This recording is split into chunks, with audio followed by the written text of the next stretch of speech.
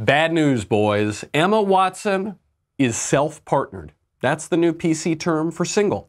We will examine the left's cult of self-love. Then, Kentucky goes blue. Sort of, maybe, according to the mainstream media. The real election results are more complicated, so don't expect to hear about them in the press. We will analyze what they mean for 2020. Rand Paul sheds light on impeachment.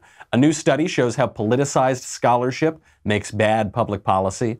And ABC News covers up its cover-up of the suicide of Jeffrey Epstein, who, by the way, didn't kill himself. All that and more. I'm Michael Knowles, and this is The Michael Knowles Show.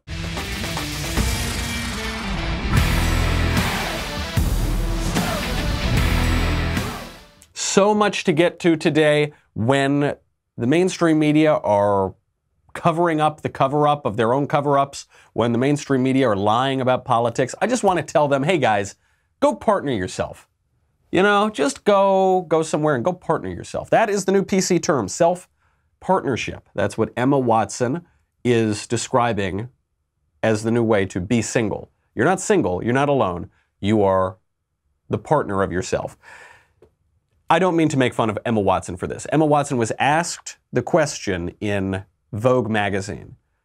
She's approaching 30 years old now. She's not married, doesn't have kids, doesn't have a house in the suburbs, doesn't seem settled down. And so they say, how do you feel? And she says she feels fine. She's not single, she's self-partnered. She said initially, when she turned 29, she felt stressed and anxious due to the bloody influx of subliminal messaging. Quote, if you've not built a home, if you do not have a husband, if you do not have a baby and you are turning 30, and you're not in some incredibly secure, stable place in your career, or you're still figuring things out, there's just this incredible amount of anxiety.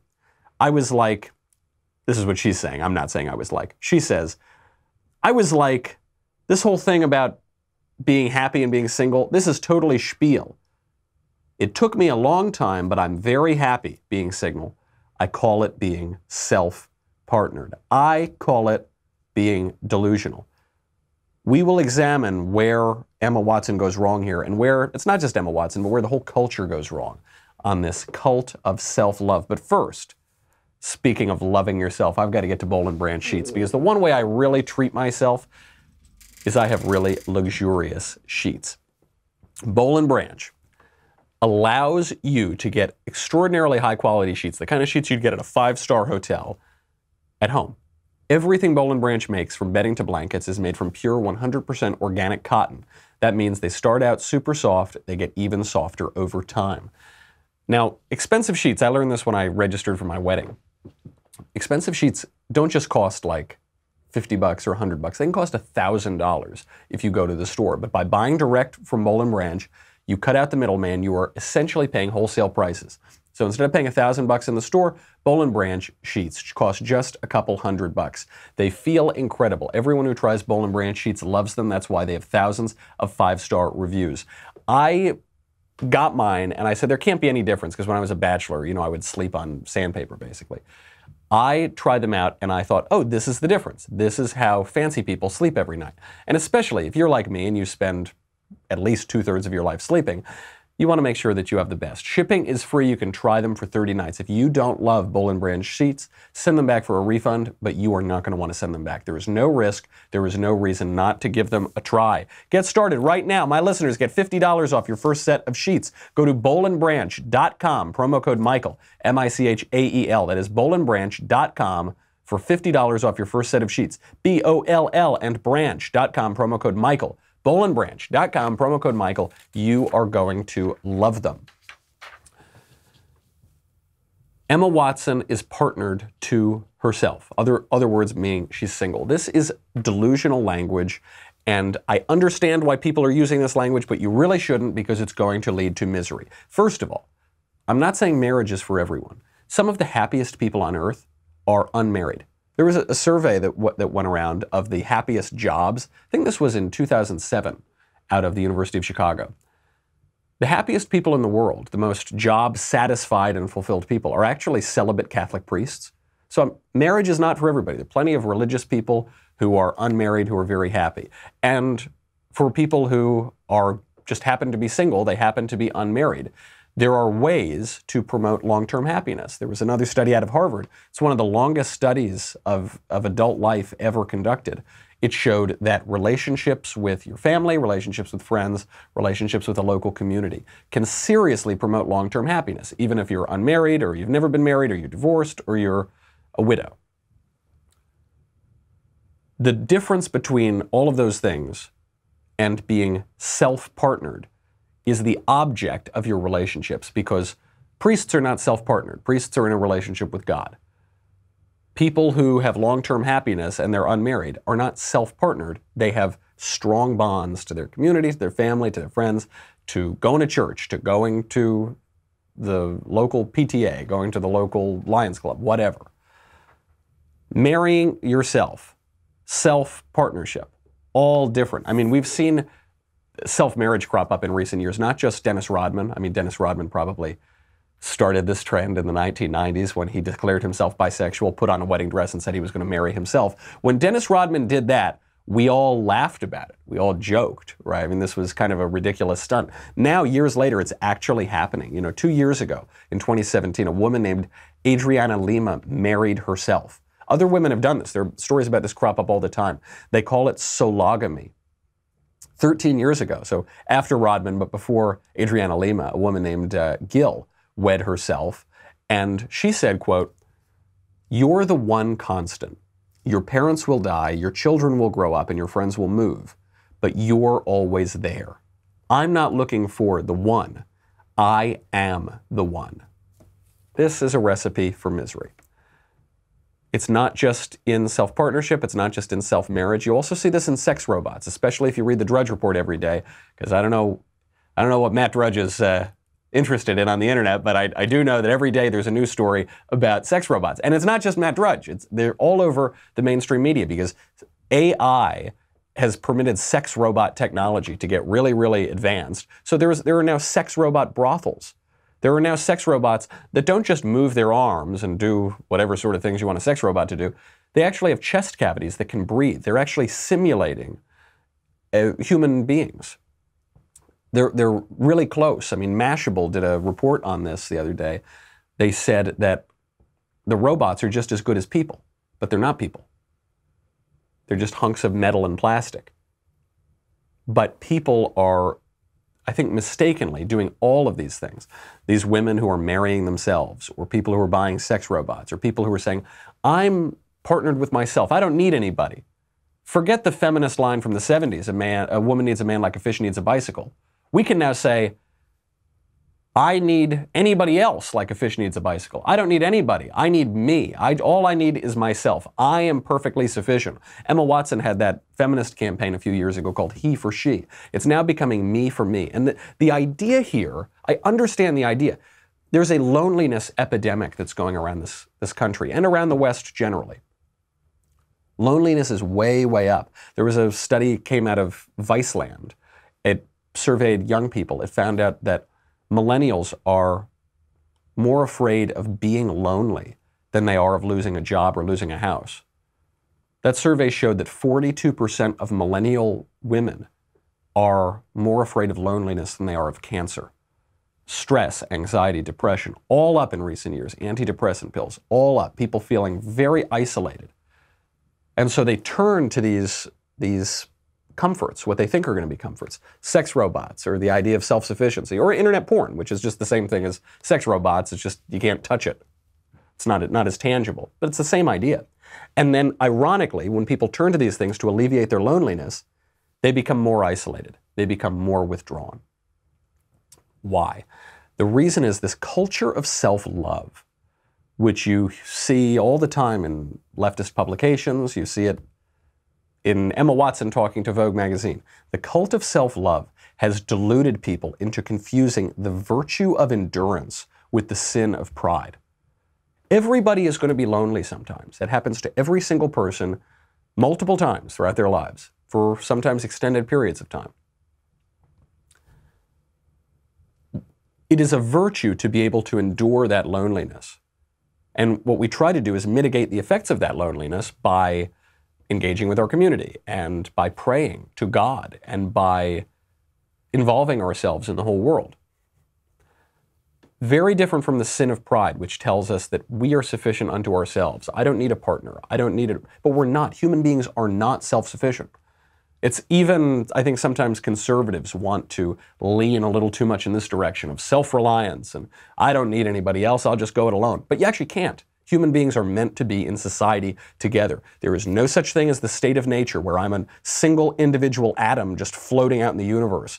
I'm born into a family, in a town, in a society, with customs and traditions. Human beings are social animals. We are meant to be together. We're the political animal. And what is the political animal? Politics is living together with other people and determining how you're going to live and how you're going to govern yourself. We feel that, and so we try to replace those social bonds with virtual social bonds. Digital, virtual, like partnering with myself, or marrying myself, or looking at internet porn, or buying a sex robot.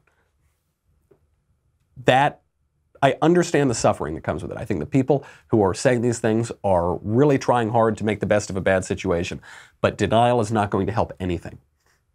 It's not compassionate to deny reality. And if we actually want to mitigate this loneliness crisis that is affecting everybody, we have to stop pretending that everything is okay.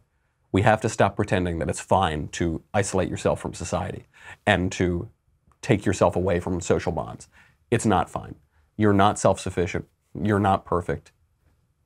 That's just the way human nature is. And one way to mitigate that is to work together and to recognize that romantic love is not the only way to do this, but you need to involve yourself. You are not going to suffice. Not even a Hollywood starlet like Emma Watson. In Emma Watson's defense, by the way, she's a celebrity.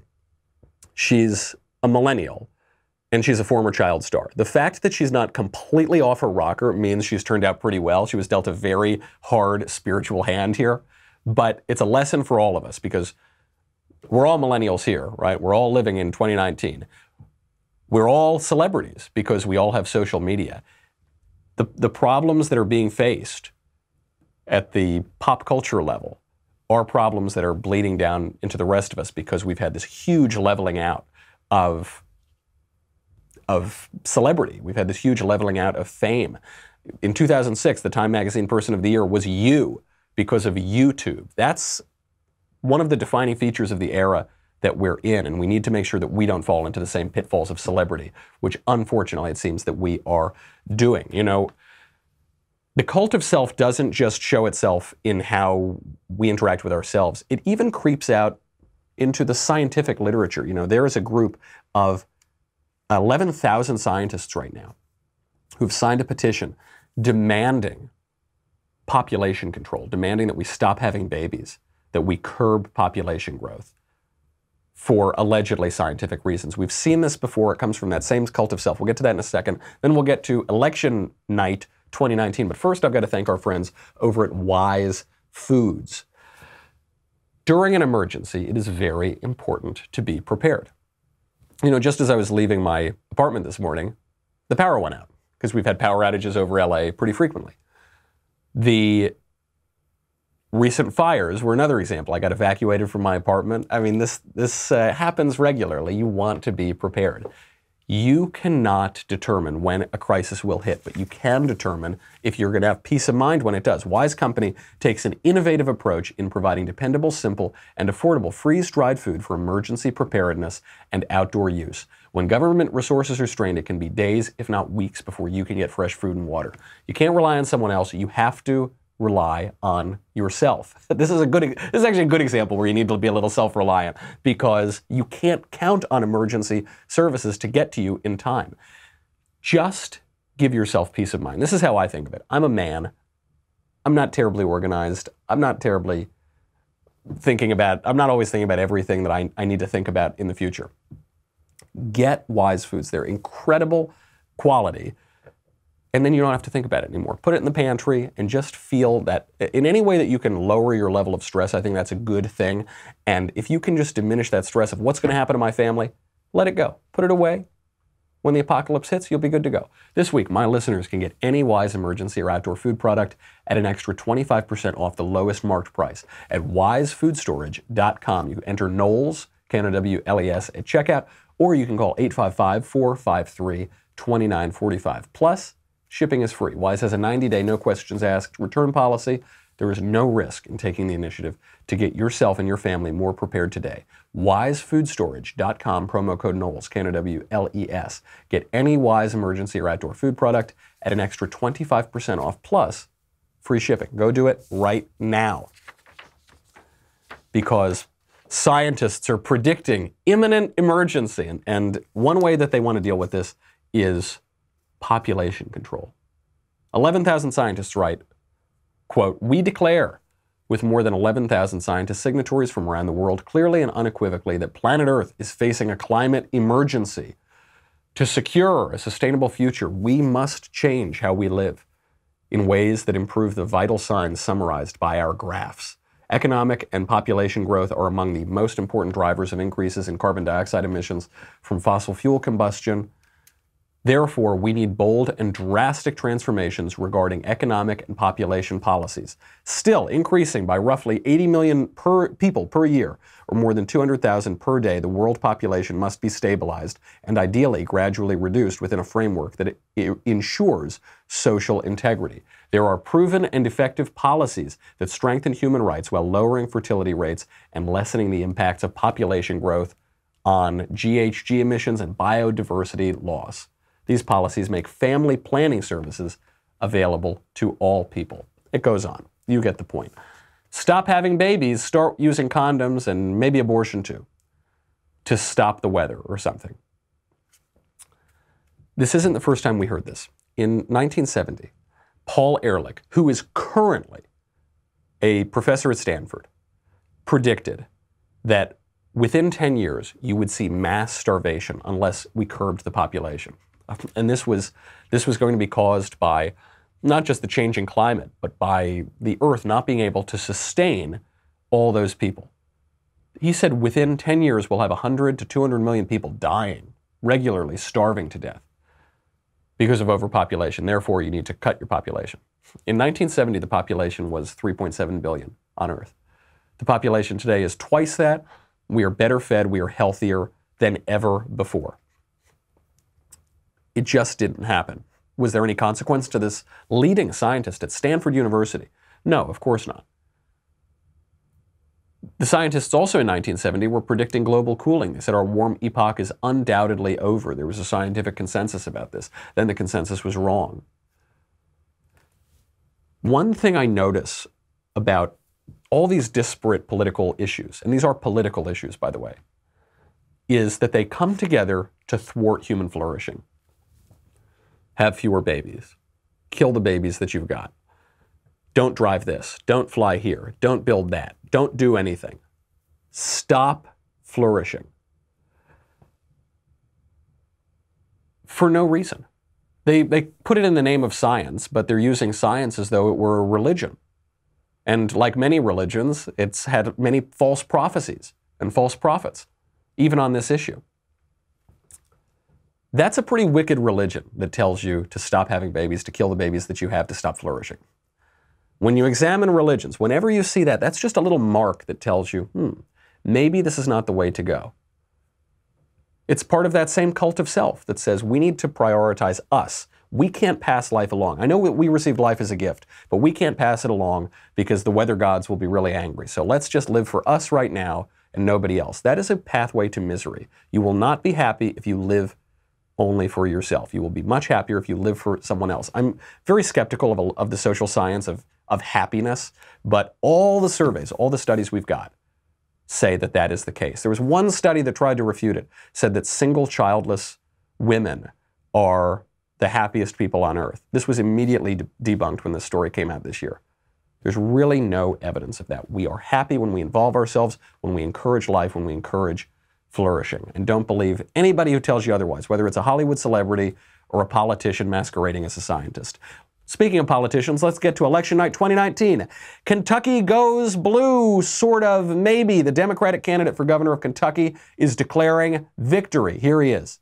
Tonight, voters in Kentucky sent a message loud and clear for everyone to hear. It's a message that says our elections don't have to be about right versus left. They are still about right versus wrong. That our values and how we treat each other is still more important than our party.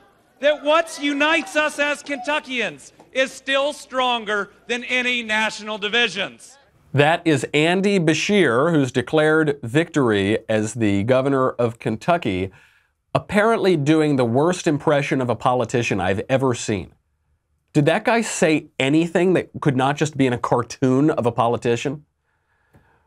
Our politics is not about right versus left, but right versus wrong. Huh? Am I right? Am I right? Do you get it? We need to prioritize principles, not party. Am I right? We need to speak in platitudes, not serious statements. I mean, just the most empty suit impression of a politician I've ever seen. The guy makes Mitt Romney look like Winston Churchill. Goodness gracious me. He's declaring victory now. The mainstream media, of course, are declaring him the victor. The Republican is not conceding. Why? Because at last count, the two candidates were separated by between 5,000 and 10,000 votes. So close. That's with 99% of precincts reporting. You have Beshear leading with about 49.4%. Matt Bevin, who was the Republican governor, has 48.7%. So very close election, and Bevin is going to try to hold on. This is being reported on as a major loss for Trump. Kentucky, of all places, goes blue. Turnout in this election was higher than expected. It's estimated to have been around 1.4 million, so that's roughly 400,000 more than the last governor's race in 2015. There are some lessons here for 2020. The silver lining is that Matt Bevin, the current governor of Kentucky, is one of the least popular governors in the country. That was according to a Morning Consult poll.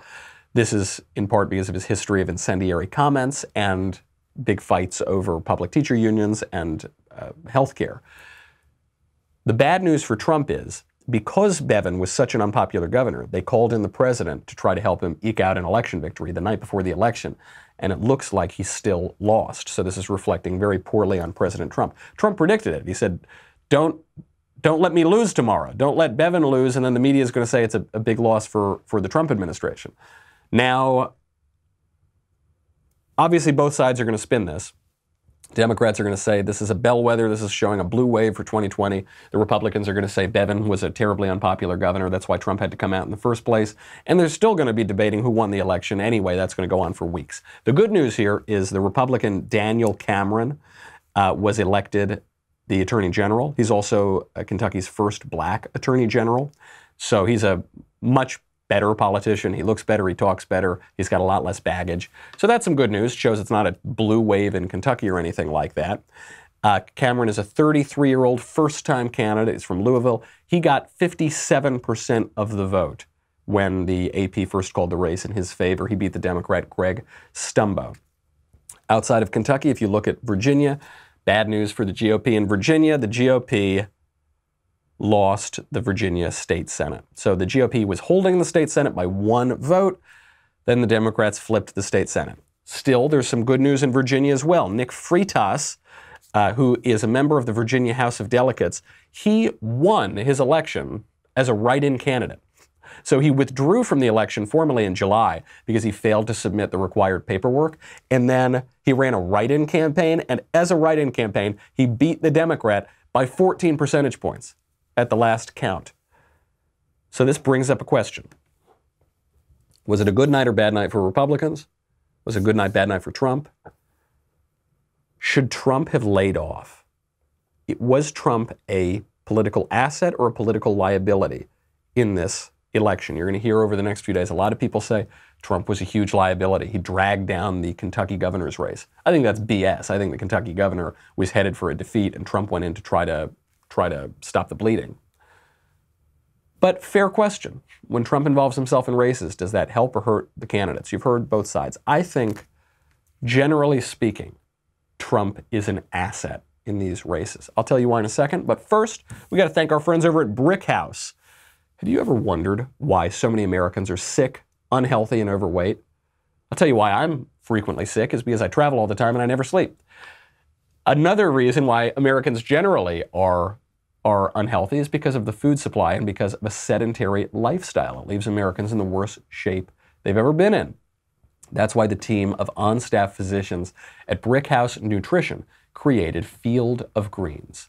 Field of Greens is an easy way for you to add fruits and vegetables to your daily routine without spending hours in the produce section or without hiring a home chef or taking cheap supplements. Field of Greens, the thing I really love about them, it's made with real USDA organic fruits and vegetables. It's not some weird, bizarre extract, super chemical, I don't know.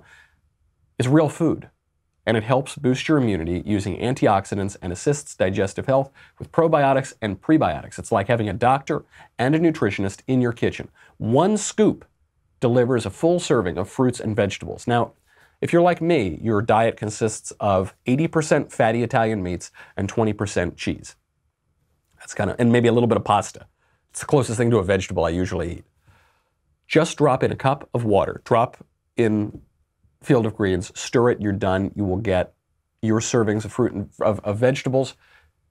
It's also great for smoothies. Bottom line here, this is real food. This is not extracts. You will look better. You will feel better. I love it. I wouldn't get my daily fruits and veggies otherwise.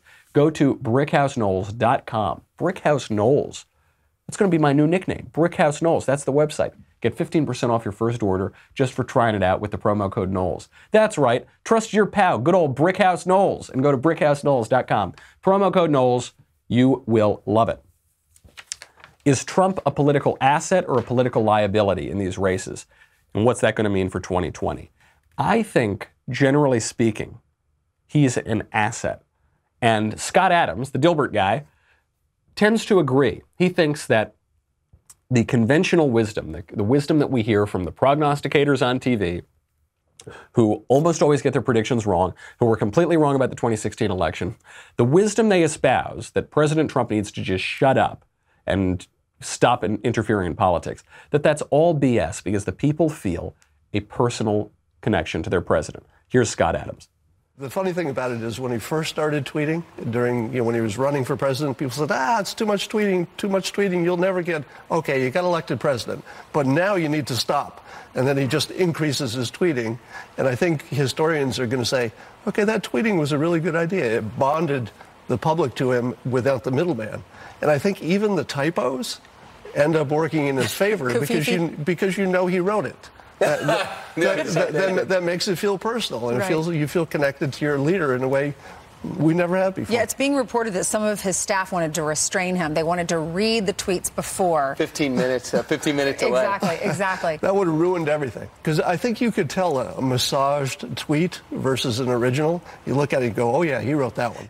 So Scott Adams was one of the few people who predicted the Trump victory in 2016.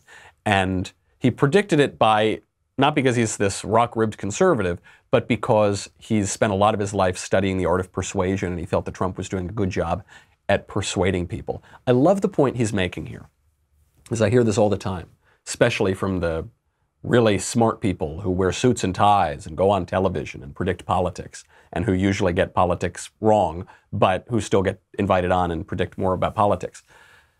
These are people who said Trump was going to lose, who said his candidacy was awful, who said he'd never connect with voters, and then he won. And he won by being Donald Trump and by tweeting and by talking and by being who he is. And then the people who were completely wrong about the election say, okay, yeah, we were wrong and he won, but now he's got to do what we say. I know that he won the presidency by not doing what we say he should do, and other candidates have lost the presidency by doing what we say that he should do. But now, because we're smart and we wear suits and ties, he's got to do what we say. No, I don't think so. This whole idea that Trump is some bumbling, fumbling idiot who's never done anything right, who just by happenstance was able to succeed in every single thing he's ever tried, is so presumptuous. It's such an arrogant point of view.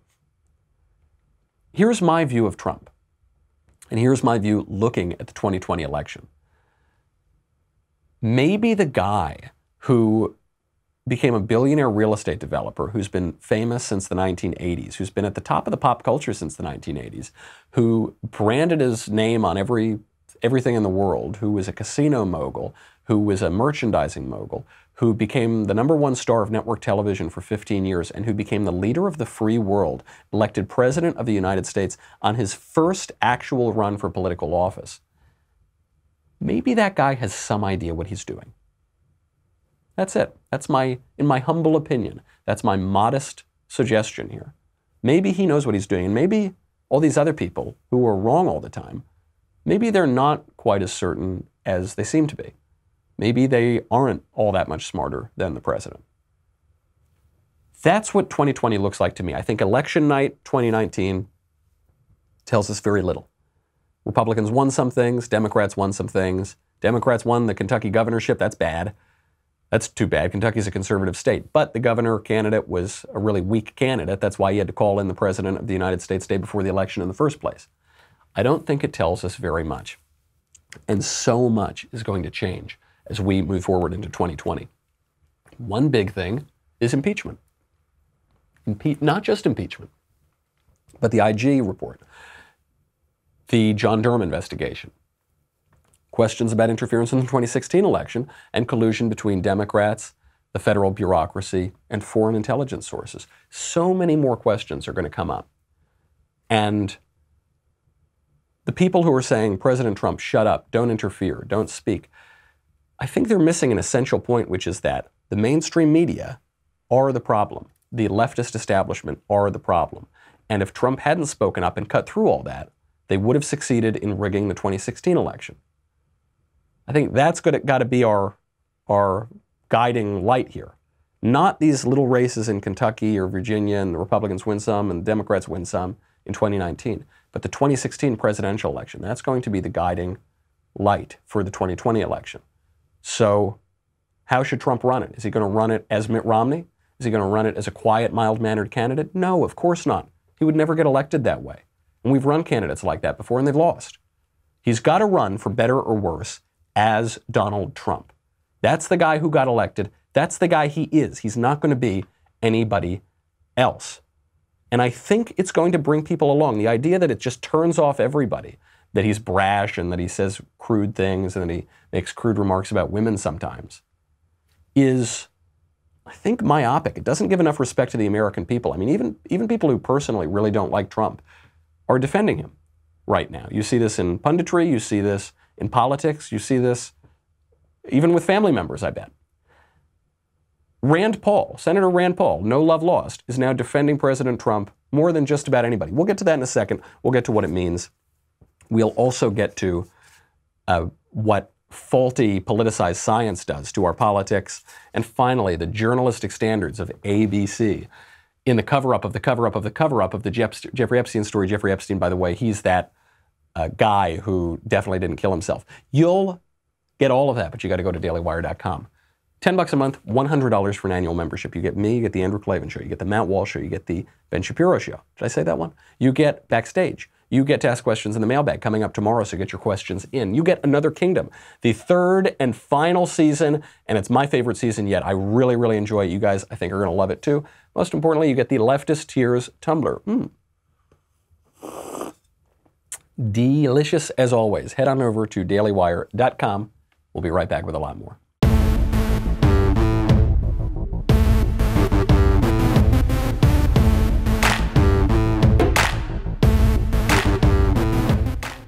So you've got impeachment is the backdrop to the 2020 presidential election. Nobody really understands why Trump is being impeached in the first place. It's not Russia, it's not Stormy Daniels, it's not the taxes. I guess it's Ukraine. What did he do in Ukraine? They're accusing him of engaging in a quid pro quo because he asked Ukraine to investigate Joe Biden, who's the leading Democrat, former vice president, who apparently engaged in a quid pro quo to get his son off the hook for corruption because he was being paid $600,000 a year with no experience whatsoever to sit on the board of a Ukrainian energy company, which was a major talking point at the State Department. We just saw in leaked emails. Wow, that's pretty complicated. We need to impeach Trump because he did what Vice President Biden did. Biden, who's now the leading Democratic candidate for president. That doesn't hold up very well. Rand Paul is cutting through all of the BS because at the bottom of this impeachment inquiry is a whistleblower, a so-called whistleblower, who is creating the pretext for impeachment in the first place. And Rand Paul is demanding that we find out the identity of this whistleblower, we bring it into the light of public discourse, and we see if there are any political motivations behind the very root cause of impeachment in the first place. Whistleblower laws, though, they protect a whistleblower. You know it's illegal to out a whistleblower. Actually, you see, you got that wrong, too. No, I mean, you should work on the facts. Here's the thing is, the whistleblower statute protects the whistleblower from having his name revealed by the Inspector General. Even the New York Times admits that no one else is under any legal obligation. The other point, and you need to be very careful if you really are interested in the news, is that the whistleblower actually is a material witness completely separate from being the whistleblower because he worked for Joe Biden. He worked for Joe Biden at the same time Hunter Biden was receiving $50,000 a month. So the investigation into the corruption of Hunter Biden involves this whistleblower because he was there at the time. Did he bring up the conflict of interest? Was there discussion of this? What was his involvement with the relationship between Joe Biden and the prosecutor? There's a lot of questions that the whistleblower needs to answer. Boom! Even if they don't totally unmask the whistleblower, Rand Paul has just unmasked the key feature here, which is that the whistleblower, who I think is a 2008 Yale grad named Eric Ciaramella, and he worked for John Brennan, who hates Trump. He worked for the CIA, and crucially, he worked for Joe Biden at the time that all these shenanigans were going on in the Ukraine. Not only is he not a whistleblower, not only is he obviously a Democrat hack. This was not just my conclusion, it was the conclusion of the Inspector General for the intelligence community, who found 3 pieces of evidence that he was biased against President Trump. But he actually would be a witness in the case here. What he's doing is he's blowing the whistle on President Trump for trying to investigate potential crimes that Joe Biden engaged in. A quid pro quo in Ukraine. So he's actually participating in this at the same time. Of course his identity should be revealed. Of course he should be called to account. Of course President Trump should be able to face his accuser. This is from Rand Paul. Rand Paul is not some guy who carries water for Donald Trump. Rand Paul, personally, it would seem, despises Donald Trump. They had an incredibly acrimonious relationship during the 2016 campaign. Just to refresh your memory, here is I think the second GOP primary debate in 2016 when Donald Trump insulted Rand Paul's face. First of all, Rand Paul shouldn't even be on this stage. He's number 11. He's got 1% in the polls, and how he got up here, there's far too many people. Anyway, as far as temperament, and we all know that. I kind of have to laugh when I think, sounds like a non sequitur. He was asked whether or not he would be capable and it would be in good hands to be in charge of the nuclear weapons, and all of a sudden there's a sideways attack at me. I think that really goes to the judgment. Do we want someone with that kind of character, that kind of careless language to be negotiating with Putin? Do we want someone like that to be negotiating with Iran? I think really there's a sophomoric quality that is entertaining about Mr. Trump. But I am worried. I'm very concerned about having him in charge of the nuclear weapons because I think his response, his visceral response to attack people on their appearance, short, tall, fat, ugly, my goodness, that happened in junior high. Are we not way above that? And would we not all be worried to have someone like that in charge of the nuclear arsenal? Mr. Trump. I never attacked him on his look, and believe me, there's plenty of subject matter right there. That I can tell you. But Jake, All right. He opens up his statement in 2016 and he says, Rand Paul shouldn't even be on this stage. Rand Paul says, what are you attacking me for? He goes, well, at least I'm not attacking how ugly you are. These are guys who don't have a great personal relationship necessarily. And even Rand Paul is defending him because the deck is so absurdly stacked against Trump right now, from the federal bureaucracy, from the Obama administration, from the left-wing media. All of these guys are stacking the deck against Trump. So you're going to hear a lot of think pieces, ironically named think pieces, they're not very thoughtful, in the next few days about how the election night 2019 is evidence of a blue wave. I just wouldn't believe it. I don't think it's evidence that Trump is going to win either. I don't think it's evidence of very much at all. It's going to come down to Trump. It's going to come down to Trump himself, not some guy in Kentucky, not some guy in Virginia. It's going to come down to, do people like how Trump is governing? Are people willing to ignore some of the personal flaws that they find in the guy? He's not going to win by pretending to be somebody else. He's not going to win by not being himself. It's going to be an election about Donald Trump. And I just think is a little bit of evidence that people are going to come around on him, that people are more nuanced in their thinking than a lot of pundits give them credit for. I hear it not just from Rand Paul, who more or less says, I don't really like the guy, but he's getting a raw deal and he's a good president. I hear it from members of my family. I hear it from friends who say, yeah, the tweets, not great, whatever, the way he talks, but he's doing a good job. I hear it from Uber drivers. I hear it from people on the street. I suspect that's going to be the calculus in 2020. And it's not going to come down to Kentucky, and it's not going to come down to what the mainstream media tell you. There is, and we talked about this a little bit yesterday. This is switching gears from the national to the local level, back to La La Land, where I live, in Tent City, USA. The mayor of Los Angeles said yesterday, or we played the clip yesterday, he said it a few days earlier, with a straight face, he said that Los Angeles is the model city for dealing with homelessness, which is absurd. Homelessness increased in LA County 13% from 2017 to 2018, increased in LA City 16%. The homeless are everywhere here. They're on the street. There are whole like actual tent cities cropping up all around Los Angeles, which are full of drugs, which are full of violence, which are full of sexual assault. They're just hideous, hideous, awful places that no one should be permitted to live in and no one should be expected to live in. How did we get here? The way we got here, in many ways, was because of the closing of the insane asylums. Huge numbers of these homeless people have mental health problems or drug addiction or both, and they're dealing with the mental health problems with drug addiction. A lot of this came because we closed the mental hospitals. There's actually a new study, a study of a study that came out just last week, which shows that the science behind closing the mental health hospitals was bunk, was garbage. 1973, David Rosenhan, psychologist, published a paper called On Being Sane in Insane Places. This was in the prestigious journal Science, and it made a huge splash. The study showed 8 healthy volunteers going undercover as fake patients in 12 psychiatric hospitals around the country, and it showed the awful conditions that they were in, and it showed how easy it was for sane people to be locked up, and it helped push along this idea that we need to close all the mental hospitals. People blame Ronald Reagan for this, because Reagan was the governor of California. And Reagan did help this along, but this was a liberal policy. This was always a left-wing policy that Reagan encouraged. I mean, Reagan also made no-fault divorce easier and liberalized abortion laws while he was governor of California. Nobody considers those conservative policies. Now it turns out that the study that led to the closing of these mental hospitals was just BS. It turns out that a lot of Rosenhan's work was falsified, that he misrepresented and outright lied about some of what he did, that he actually kind of masqueraded as a patient himself and covered up all of the other symptoms that these guys were describing to the doctors at these mental hospitals to get themselves admitted to it. It was bunk. Now we close the mental hospitals, and now we have a major homelessness problem. This, too, gets back to the cult of self-love.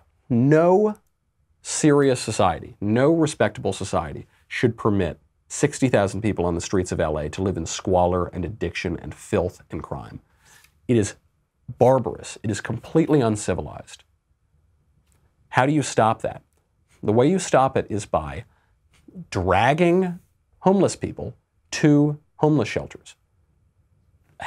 More than half of the homeless shelters in LA are not filled every single night.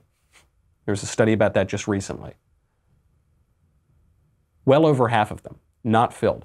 The homeless shelters in LA are supposed to be at 90% capacity. They're at average 78% capacity. They're not being filled. For the homeless people who won't go to the shelters, they should be dragged to either addiction recovery places or they should be dragged to insane asylums. And they should be committed involuntarily. It's very hard to do that now because of the laws, but they should. And they should have that happen because that's much more compassionate than letting people live on the street. By the way, if they won't do any of those things, they should be thrown in jail. Because even that is more compassionate than letting people live in squalor and filth on the street and crime and allow crime to spread throughout the city and filth and ugliness. The way that we came to the conclusion that it was more compassionate to let people live on the street is because we atomized ourselves. It actually gets back to that cult of self-love. We thought, people should just be allowed to do whatever they want. Not my problem. I feel icky forcing addicts and unwell people into these insane asylums, so we'll just let them out, and not my problem, it's their problem. I'll look away when I see them on the street. I don't need to give them money. Look, I pay my taxes. I don't need to give them charity. And that's fine. It's not fine. It's not compassionate. It's only considered compassionate in this highly individualized, highly atomistic society that says, I'm an island unto myself. I am not my brother's keeper. But of course we are. We are social beings. We live with one another. We cannot tolerate this to persist. There's nothing conservative. There's nothing compassionate. There's nothing liberal about letting that happen. We need to take a much more serious understanding of compassion, of love, of self-care, of all of these things. That is the only way that we are going to move ahead. It's the only way that we are going to ameliorate our situation, not just for the people who are on the street, but for ourselves as well. The only way that we're going to mitigate this loneliness epidemic, the stress epidemic, the depression, the anxiety, the only way we're going to turn this around is by thinking not less of ourselves, but thinking of ourselves less, to quote C.S. Lewis. That's going to be a real way to engage in self-love and self-care. And it's through not selfishness, but selflessness. Before we go, I just have to point out, we talked about the Jeffrey Epstein story yesterday. Jeffrey Epstein is a financier and a sex criminal who definitely didn't kill himself. So there was that bombshell video from James O'Keefe, which showed that ABC News buried the Jeffrey Epstein story for 3 years, would not let any of it be reported for 3 years. Once this undercover video came out, ABC released a statement. They said, at the time, not all of our reporting met our standards to air, but we never stopped investigating. Ever since, we've had a team on this investigation and substantial resources dedicated to it. Didn't meet our journalistic standards. This is ABC News, which aired baseless smears based on nothing against Brett Kavanaugh. This is ABC News, which ran footage from a 2017 Kentucky gun show and pretended that it was currently occurring in Syria from the Turkish forces against the Kurds. That happened just a few weeks ago. ABC News, which has no journalistic standards whatsoever, is trying to cover up their cover-up of Jeffrey Epstein by saying the Epstein story didn't meet their journalistic standards. BS. Call them out for it. They didn't air any word about this on their ABC Evening News. They're trying to cover it up again. The only way you cut through that is through the memes. It's through the new media. It's through that internet culture. That's the way to do it. And you've got to try to keep this story alive about Jeffrey Epstein, who is not alive because he didn't kill himself, but was obviously killed intentionally. That's the meme. That's the show. Go engage in a little self-love, but not by self-partnering. Go engage in a little self-love by involving yourself in the world, and then come back, and I'll see you tomorrow. Get your mailbag questions in. I'm Michael Knowles. This is The Michael Knowles Show.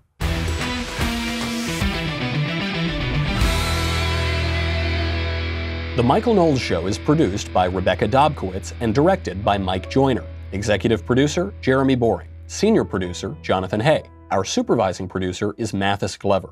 And our technical producer is Austin Stevens. Assistant director, Pavel Wydowski. Edited by Danny D'Amico. Audio is mixed by Mike Coromina. Hair and makeup is by Jesua Olvera. And our production assistant is Nick Sheehan. The Michael Knowles Show is a Daily Wire production. Copyright Daily Wire 2019.